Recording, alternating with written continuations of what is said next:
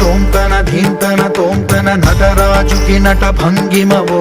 ధీంతన తోంతన శంకరునికి సంకీర్తనవో ఈశ్వరుడే అనునిత్యం తనలో తలచుకునే ఓంకారమువో శివ హృదయం కరిగించే ఆ పంచాక్షరివో నీ మదిలో